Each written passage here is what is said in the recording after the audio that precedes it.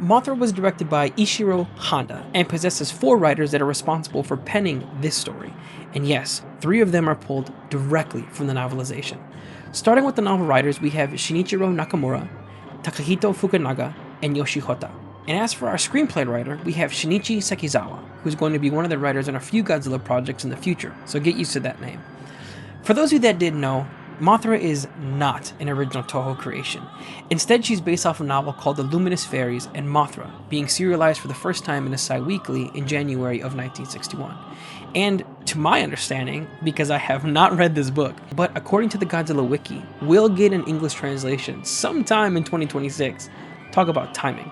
And as of the time of this video and as of the time of this writing, it's also available at Barnes & Noble for pre-order as well. So if that interests you, do with that information what you will.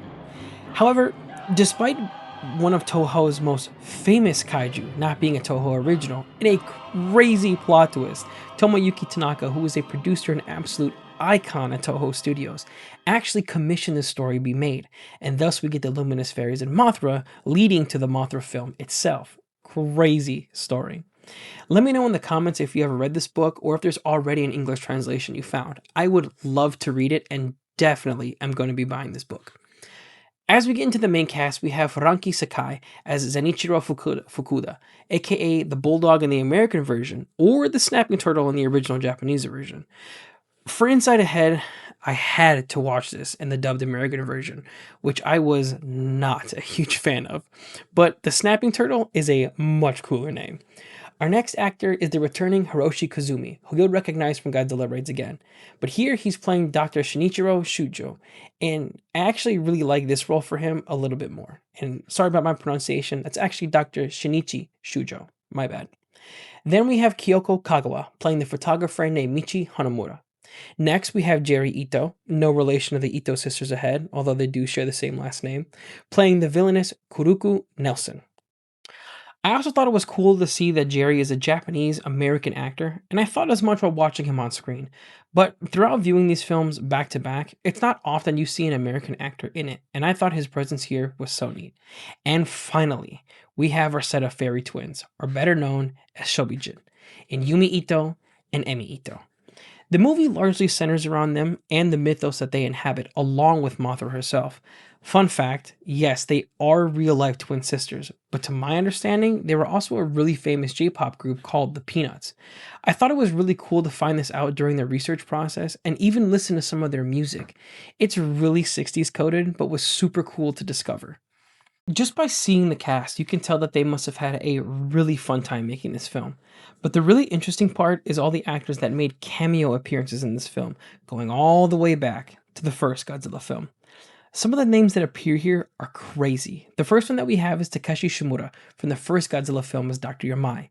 Then we have Yoshifumi Tajima from Rodan making his slow introduction into this franchise. Next we have Akiko Hirata from Godzilla and Rodan as Dr. Shirazawa and Professor Kashwagi.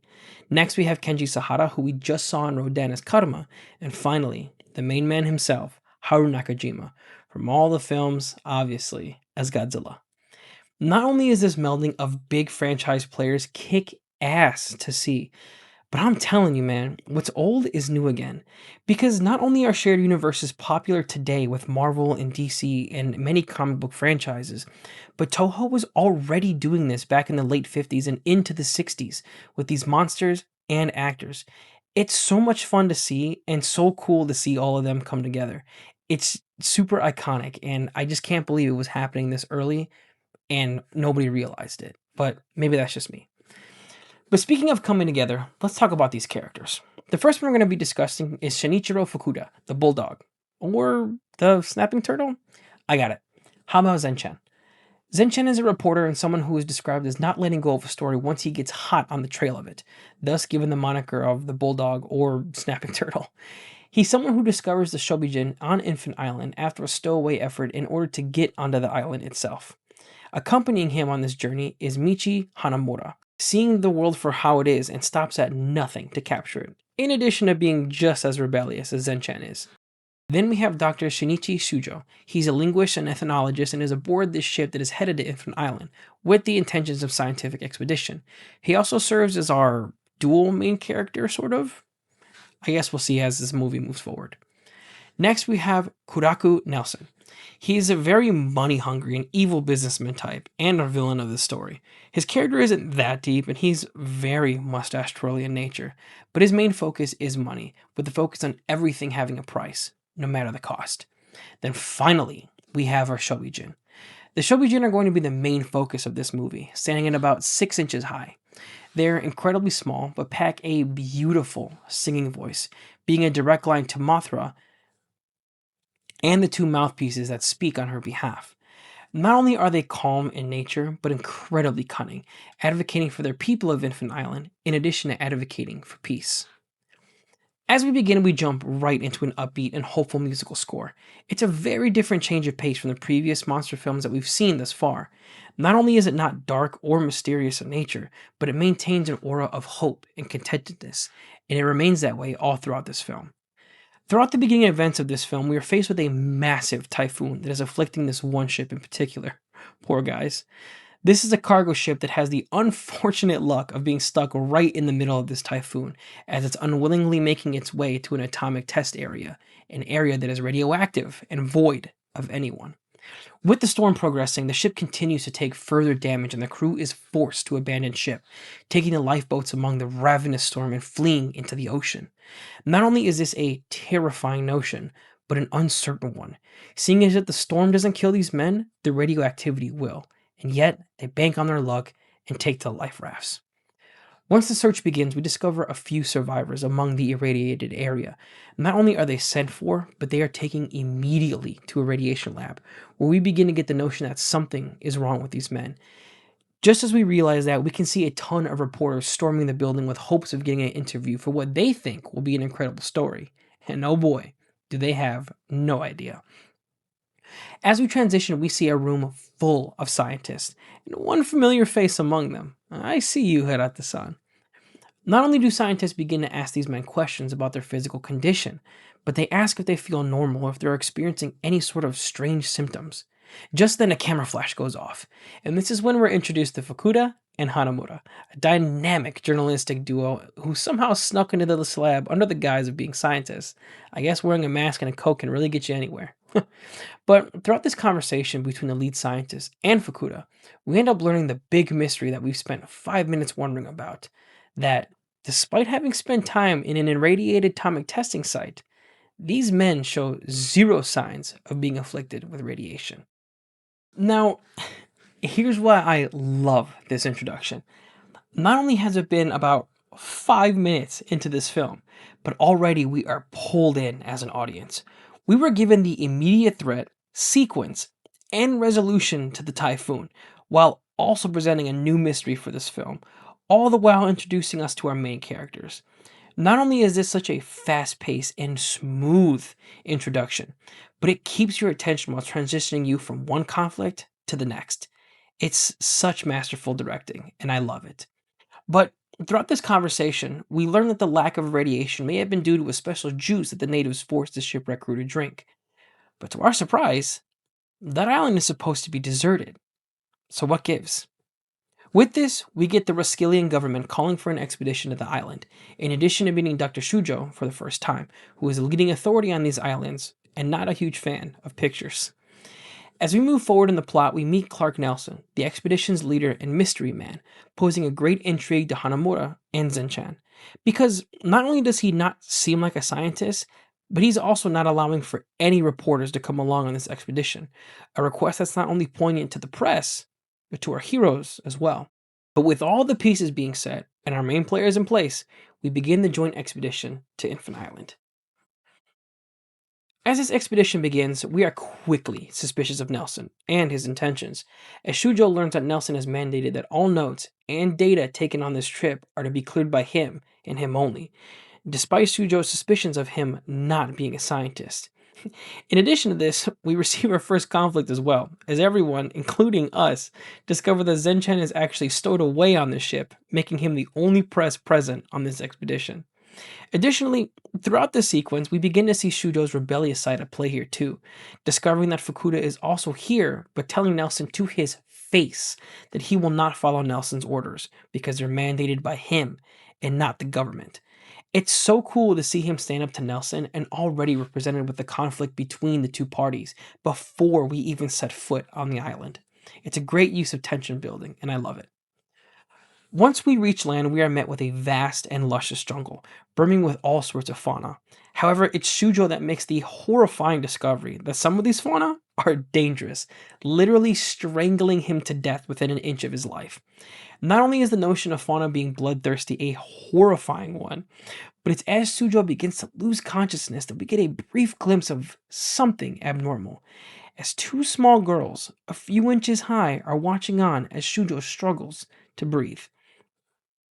I think that the discovery of these carnivorous plants is so cool because not only are we already on edge for what the mystery behind the island is, but now we're getting the notion that the earth itself is alive too, further pushing the idea of something being wrong with this island and that everyone here is in grave danger. When Shujo comes to, the next day we return to the same area, with Shujo being more adamant than ever to rediscover what he saw yesterday. And as he pulls back the foliage, we see those two girls again hidden beneath the brush. As they begin to speak to our team, we cannot understand their language, but it's here that we get the point that they are trying to convey, as our expedition deduces that they want the atomic testing to stop on their island. Not only do the Shobijin agree and think that our expedition has understood their pleas, but we see a lack of social understanding here on their part. Not only do the Shobijin think that the humans will concede to their request, but the humans dismiss this message entirely, being more adamant that they think they understand what is being said than the actual message itself. Sounds accurate. However, not only is this a huge discovery for the film, but it's here that Nelson's true colors are finally revealed, as he grabs the Shobijin to take for himself, having everyone be adamant that they need to be put back, and only conceding once the island natives get involved. And yes, I know, the island natives. It was 1961. Also, why is our expedition team so chill about discovering an entirely new species? They just discover the Shobijin and are like, okay, cool. I mean, everyone in this universe is just okay with non-human life forms, but I guess it sets up future films really well in that regard, so I'll give it a pass. But with this, our expedition ends and we're back on the mainland. Now, before we move on, I want to take another second to talk about the reveal of Nelson. Because it's here that the movie itself begins to tell us one of its core messages, that there is still good people in this world, despite the notion of evil existing within it. Because not only do we see the greedy nature with Nelson, but I would expect that these scientists would be in the same boat in terms of scientific discovery, salivating at the notion of testing and experimenting on another life form that's new to the humans entirely. However, here they choose to display empathy and compassion along with their intrigue, rather than corporate greed and a further need for knowledge. It's a great setup that pays off later in this film, in addition to showing us that not all humans are evil. Once back on the mainland, Shujo and Zenchan begin to look further into Nelson, discovering that he may be some sort of crooked art dealer or someone who steals ancient artifacts. And although this may be a far fetched idea, we get that confirmation as we cut back to Nelson, who's made his way back to Infant Island, but not for further exploration, but for invasion, capturing the Shobijin once again and taking them back to Tokyo, leaving bodies of the native people in his wake with the use of weapons and gunfire. But such as all things, in death, there is also birth. As the scene cuts away from the senseless violence to show the audience the introduction of a new life form, a giant egg. And with that, we leave Infant Island. Not only has the expedition ended, but our heroes have left Infant Island behind, until Zenchan receives a picture of something familiar to him, showing him the Shobijin, but not in their native environment. Instead, he learns that they're here, in Tokyo. The scene that follows this is so well played out to me because there's no action, no explosions, but a simple conversational exchange between Zenchen and his newsroom editor, who is played by Shimura. Here we get to see the character of Fukuda as a person and how it clashes directly with his journalistic integrity. Not only does Zenchan keep the existence of the Shobijin a secret, but he does so despite it potentially being the biggest breaking news story he may ever have had. And I love this. Because as a reporter, it should be good for him to report on this. I mean, think of the headlines and the traction that it would give him. But as a person, He's able to recognize man's shortcomings of what may happen if the existence of the Shobijin was to be displayed for the world. It serves to further add it serves to further add on to the scene from earlier and highlights the good nature that exists within Zenchan. It makes for great character development, and I love him as a character.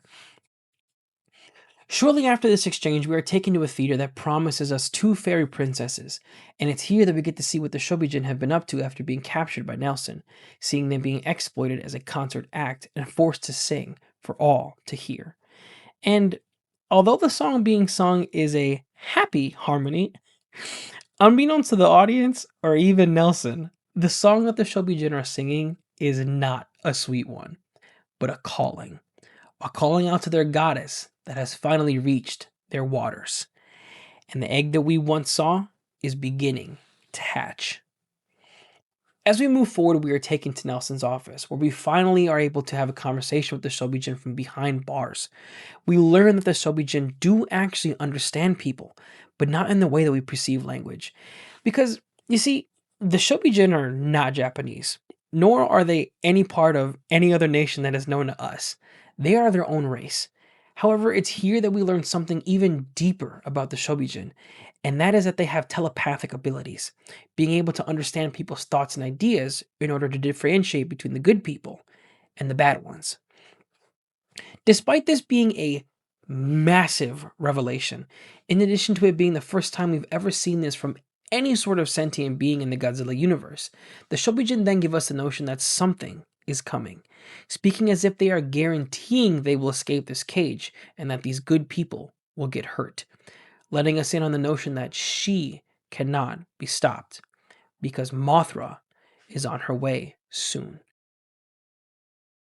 Just then, we cut to seeing the people of Infant Island engaged in some sort of ritualistic dance, yearning for Mothra to make her presence known once again, and remarking that her life is eternal. And with this, the giant egg hatches, and what comes out is something the audience probably didn't expect. I know I didn't. Because instead of the big, beautiful Mothra we know, we get a massive caterpillar with blue eyes and tusks. Before I watched this film, I had always experienced Mothra in her moth form and never really in her caterpillar form. Not only is this sort of eerie to see, but it's definitely not what we were promised in terms of what Mothra has been built up to be. Furthermore, Mothra is destructive here, possessing lots of anger and disdain for humanity and using the only behavior we understand as humans: violence. I think it's really cool to see this side of Mothra being starkly different from the benevolent being we know her to be in later films. It's awesome. In tandem with that, we reconvene with the Shobijin again in a secret meeting, advocating to them that Mothra needs to be solved in some way so that the citizens of Tokyo are not hurt. Not only can they not stop her, but they go on to state that Mothra herself cannot be stopped, being guided by a force the Shobijin cannot even control. I love these supernatural implications, and we'll definitely address them further in the monster section.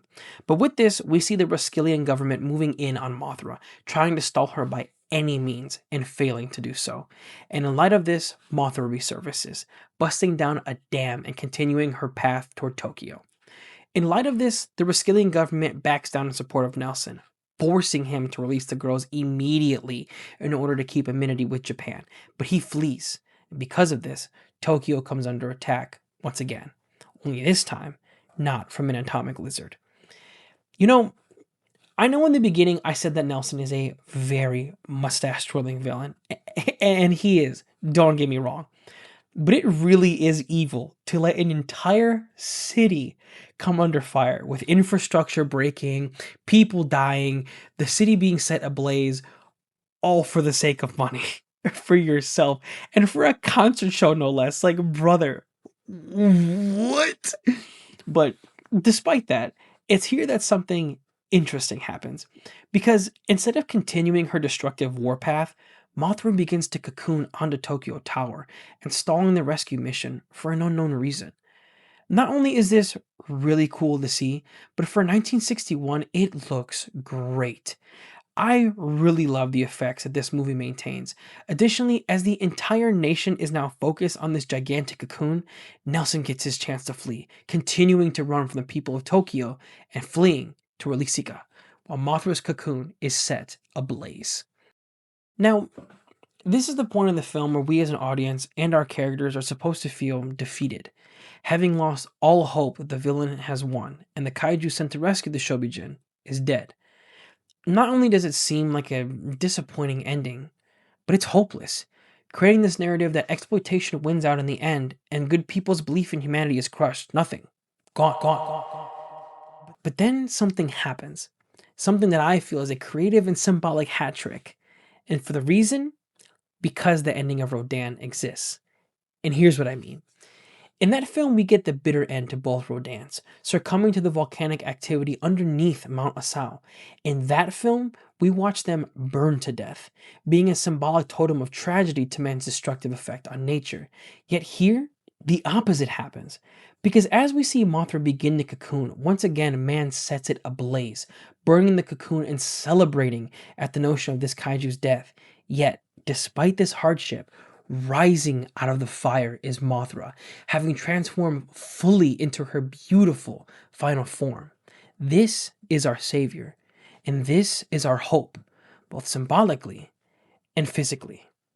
Not only does this anger Nelson, as now the Roskillian government, our party of heroes, the country of Japan, and Mothra herself are all in pursuit of one man, Nelson. And not only does Mothra go on to attack another city for what is rightfully hers, but it's now on the turf of Newkirk City, Roskillian territory. Here we watch as the entire country begins to turn on Nelson, going after him to avoid the destruction of their city. Not only does this drive Nelson mad with no place to run and no place to hide, but in doing so, Nelson begins a gunfight with the police, attempting to escape one last time. And as he does, he is cornered and caught, being shot down by his own people, symbolically dying to his own greed and hubris. It's a very fitting end for a very arrogant and evil character. Also, watching them do gunshots in 1960 is very campy. It's super fun to watch. Despite this death, though, Mothra continues under her rampage, overturning buildings, destroying bridges, and taking out innocent lives in the crossfire, all in the pursuit of the Shobijin.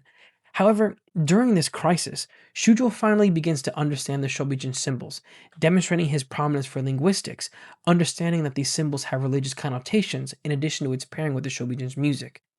With this, we begin painting symbols onto the airport runway, instructing the town to play all of the church bells at 3 o'clock precisely as to mimic the Shobijin's music, and giving a landing zone to Mothra, evidently reuniting the two parties and allowing for a peaceful return to Infant Island.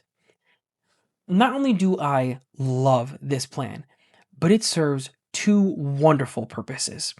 Firstly, I love that the plot doesn't just let the villain die and then gloss over the rest of the conflict with the happily ever after.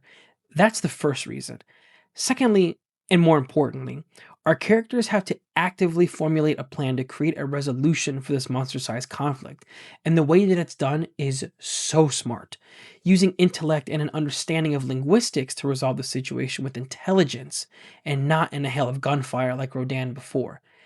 This sort of plot resolution is such a beautiful change of pace, in addition to demonstrating our party's strong suits and who they are as characters.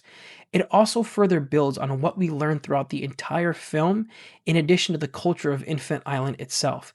It's amazing, and I love this plot resolution, all the more for it. Lastly, and this is kind of out of the way for the video, but I love this shot. For 1960, it's incredibly impressive and my favorite one of the film. I just wanted to add that one in there. Not only do I love this shot though, I also really like Mothra here too. Having her act as a vengeful god that is upset with what was taken from her people, rather than a kaiju with senseless rage. She has motive here in this film. Additionally, her design is super simplistic, but effective as well, being exactly what you think a kaiju named Mothra would be. I also really like the color scheme, and I'm aware that it changes in later films too. I think this design is so clever because it leaves the door open for what you can do with this character from an artistic perspective. Although it's weird, I also really like the hatching and transformation process as well. Not only does it further the mystery and its awe inspiring nature of Mothra, but it makes her special in subsequent returns, being the same being, but changing in different ways throughout her life. It's so cool and adds to further the mythos that is Mothra. And on that note, let's discuss Mothra's life here for a second. Because in this movie, you really start to see the change in where this franchise is going. Here, the film feels more like Rodan, but vastly removed from the dark nature of 1954's Godzilla classic. You can also start to see the camp here as well too, having these characters be funnier and more lighthearted, but still stepping in to do the right thing in dangerous situations.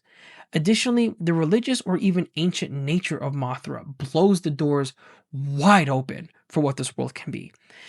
Because you see, in Godzilla 1954, we got the creation of Godzilla through the use of atomic testing, being an anomaly that was special, a force to be reckoned with due to our own hand.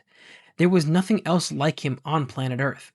However, now the notion of Mothra opens a door for another possibility that ancient creatures like this have always existed and they've always been here. We just made our own. This would mean that the world is now and always has been populated by ancient beings that are now known to the common man, in addition to leaving the door open for the acceptance of other life forms outside of humans or Earth, as demonstrated by a few remarks from Rodan. And spoilers for a few movies ahead, but that's what happens. Not only do we see a shift in tone, but in an idea, creating a world that largely feels like our own, but accepting that ancient civilizations and aliens do exist here, but still being a unified Earth. It's a very cool concept and change of tone, and one that will see the series carry forward from this point on.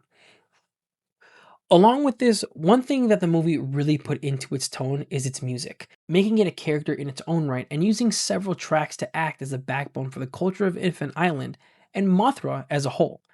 Not only do the Shobijin provide fantastic music for Mothra, but it aids in this film's adventure too, demonstrating where the civilization has come from and who they are as a people.